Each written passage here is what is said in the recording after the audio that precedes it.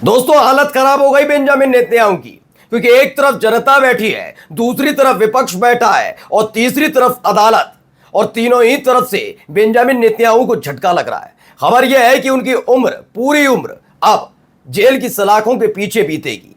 पहला चरण यह है कि उनका इस्तीफा होने जा रहा है।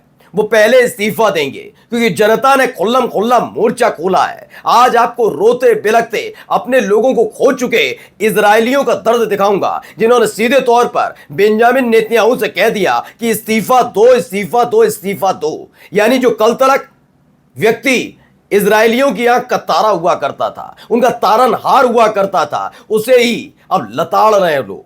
जी हां, इजरायलियों ने कह दिया कि इजराइल को बर्बाद करने का पूरा श्रेय जाता है बेंजामिन नेतन्याहू को। इसी लिहाज से कोई हक नहीं बनता बेंजामिन नेतन्याहू इजराइल के प्रधानमंत्री रहे। दूसरी बड़ी खबर आपको दिखाऊंगा। झटका लगा है कोर्ट से 2020 का रिश्वत, भ्रष्टाचार, घोटाले, हर सोचिए प्रधानमंत्री रहते हुए ये काम करने वाले बेंजामिन नेतन्याहू के खिलाफ कोर्ट की अदालत में लगातार सुनवाई चल रही है। यह माना जा रहा है कि जल्दी उनके खिलाफ एक फैसला आने जा रहा है, जिसकी वजह से न उनको सिर्फ अपना पद छोड़ना पड़ेगा, बल्कि ताउम्र रहना पड़ेगा जेल की सलाखों के पीछे। और उसके बाद उनके बेटे के खिलाफ ऐसा ही मामला है जिसकी वजह से उनके बेटे को भी जेल जाना पड़ेगा। तो ये दूसरा। और तीसरी दिखाऊंगा, विपक्ष ने खोल दिया मोर्चा।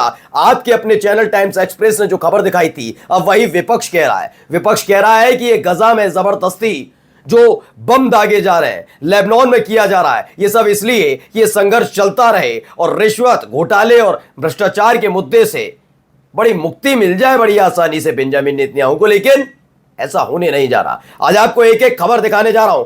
तख्ता पलट का ऐलान हो चुका है। नमस्कार, मैं हूं प्रज्वल गौतम और आप देख रहे हैं टाइम्स एक्सप्रेस। खबर सबसे पहले इन तस्वीरों के जरिए समझिए। प्रेस टीवी की खबर है। अलग अलग तरीके से खबर निकल कर आई। लोग अपने यहाँ सड़क पर उतरे। यहाँ पर साफ तौर पर ये प्रोटेस्टर्स हैं जो डिमांड कर रहे हैं कि जल्द से जल्द गजा के साथ यानी हमास के साथ करिए, कैसे भी करके सीज फायर करिए। दो चीज़ें हैं इसके पीछे। पहला ये कि हमास के कब्जे में जो इजरायली हैं उन्हें वापस लेकर आओ, ठीक है ना। दूसरा ये कि न केवल वापस लेकर आओ बल्कि गजा के साथ संबंध स्थायी बनाओ और किसी भी तरह का युद्ध ना हो, क्योंकि हमारे अपने लोग जा रहे हैं। तुम्हारा लाडला तो अमेरिका में बैठा हुआ है, गुनगुनी धूप का आनंद लेता है। हमारे साथ क्या है? हमारे लोग, हमारे बच्चे वहां जा रहे हैं, हमास पर अटैक करते हैं, बच्चों पर, बूढ़ों पर, गर्भवती महिलाओं पर हमला कर रहे हैं। उसका खामियाजा हमें भुगतना पड़ रहा है। ऊपर वाला सब देखता है। दूसरा, वहीं उसी जगह हमारे बच्चों पर वो हमला हमास कर देता तो वो मारे जाते हैं। क्या बिगड़ रहा है बेंजामिन नेतन्याहू का? इसी को लेकर है। देखिए, एक एक तस्वीर देखते चलिए कैसे इजरायली रो रहे हैं।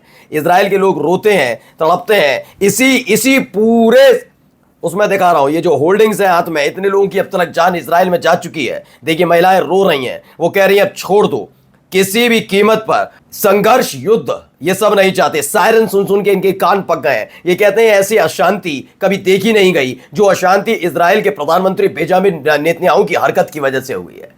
नेतन्याहू ने हमारे साथ गजा का संघर्ष चलता रहा, लेकिन इतना लंबा युद्ध कभी नहीं छिड़ा, ऐसे इस तरह के हालात कभी पैदा नहीं हुए, दुनिया भर में थू कभी नहीं हुई। तख्ता पलट के ऐलान के साथ ये सारे के सारे लोग वहां पहुंचे थे। अब आपको दिखा रहा हूं दूसरी खबर। यह खबर भी देखिए। इस खबर को लेकर क्या दावा है।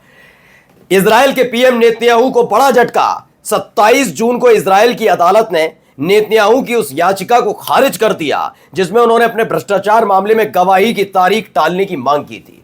आप यकीन मानिए, पिछले 20 महीने से गजा के साथ जो संघर्ष चल रहा है उसे आधार बनाकर नेतन्याहू अदालती कार्रवाई से भाग रहे हैं। बीच में दबाव ऐसा डाला गया कि भागकर पहुंचना पड़ा, वरना उसी संघर्ष के बीच में बेंजामिन नेतन्याहू को जेल हो जाती। इसलिए तारीख ली। आगे बताया कि देश में हालात ठीक नहीं है, उस आधार पर आगे बढ़ने दीजिए। और फिर क्या हुआ इसमें? फिर देखिए, हालात ये बनते गए कि कैसे न कैसे कभी राष्ट्रवाद के नाम पर, कभी देश पर खतरा है इसके नाम पर खेल। अब ईरान ने हमला किया, उसके नाम पर भी इन्होंने खेल किया, ठीक है। बार बार इस बात की दुहाई दे रहा है बेंजामिन नेतन्याहू, मेरे बेटे की शादी 2 बार टल गई। वहां उधर जनता कह रही तुम्हें अपने बेटे की शादी की पड़ रही है। यहां देखो, हमारे अपने पूरा परिवार जुड़ गया, हमारे घर का दीपक बुझ गया, तुमने युद्ध में झोंक दिया पूरे देश को। अब देखिए यही हो रहा है। अब उन्हें तय समय पर अदालत में पेश होना ही पड़ेगा। ये केस लंबे समय से उनके खिलाफ चल रहा है, विवादित भ्रष्टाचार मुकदमे से जुड़ा है। इसी को लेकर अभी हाल ही में डोनाल्ड ट्रंप की तरफ से भी एक बयान आया। उन्होंने कहा पहले तो इजराइल को ईरान से हमने बचाया, ये डोनाल्ड ट्रंप का बयान है। दूसरा, उन्होंने कहा कि 2020 से जो भ्रष्टाचार, रिश्वत और घोटाले का मामला बेंजामिन नेतन्याहू के खिलाफ उन्हीं के अपने देश में चल रहा है, उसे लेकर वो चाहेंगे कि वो मामला रद्द हो जाए।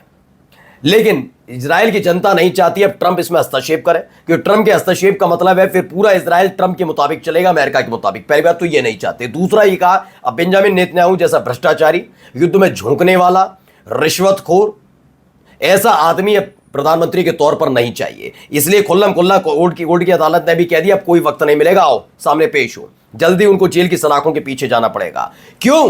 क्योंकि नेसेट मेंबर्स, पढ़िए से, प्रेस टीवी खबर है। नेसेट क्या है? नेसेट है दरअसल एक संसद, इजराइल की संसद को नेसेट कहते हैं। नेसेट का मेंबर यानी कि संसद का सदस्य कौन हुआ? सांसद। तो सांसदों ने मोर्चा खोला और क्या कहा? Netanyahu using Gaza war to stop his corruption trial. उन्होंने कहा गजा के युद्ध का इस्तेमाल नेतन्याहू अपने खिलाफ भ्रष्टाचार के मामले को, ट्रायल को रोकने के लिए करना चाहते हैं। बार बार इसी बात का हवाला दे देते हैं। गजा के साथ संघर्ष चल रहा है, देखिए हमारे ट्रुप पे हमला हो गया, बटालियन साफ हो गई, ईरान ने हमला कर दिया, हिजबुल्लाह अटैक कर रहा है, हूती लड़ाके मार रहे हैं। ये सब नहीं चलेगा। आप सोचिए, उन्हीं के देश में उन्हीं के देश के सांसदों ने मोर्चा खोल दिया कि ये आदमी क्या कर रहा है, तख्ता पलट बेहद करीब है। दोस्तों, बार बार इस शब्द का इस्तेमाल इसलिए कर रहा हूं क्योंकि एक तरफ से अगर गिरे होते तो मान जाइए।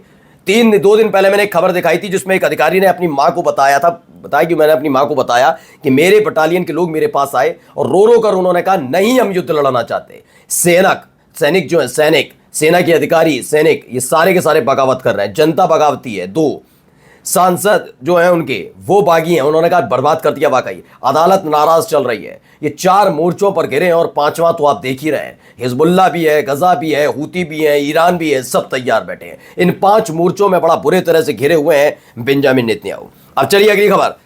अब नया तरीके से एक खेल करना शुरू किया कि हिजबुल्लाह पर अटैक कर रहे हैं, फायदा नहीं हो रहा, गजा पर कर रहा है, बैकफायर कर रहा, तो नया काम करते हैं। क्या करते हैं? सीरिया मामला पढ़िए।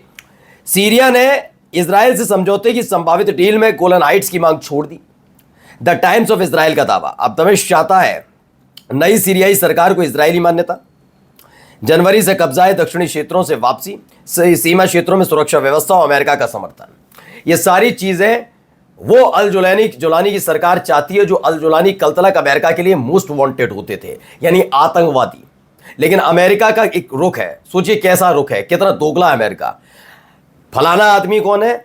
आतंकवादी। अब वो उसके साथ उनके बारे में बात करने लग जाए, ना ये तो संत आदमी है, ये कैसे हो जाएगा? और ये अल जुलानी को कहा जा रहा है कि भाई वो तो मतलब सोचिए जरा आतंकवादी थे अब तक, और अब क्या कह रहे हैं? नहीं, वो तो अल जुलानी अब साथ वाले हैं, क्योंकि बशर असद सरकार का वहां तख्ता पलट हो गया, इसलिए अब वो कैसे मिलकर काम कर रहे हैं समझिए। एक और खबर देखिए।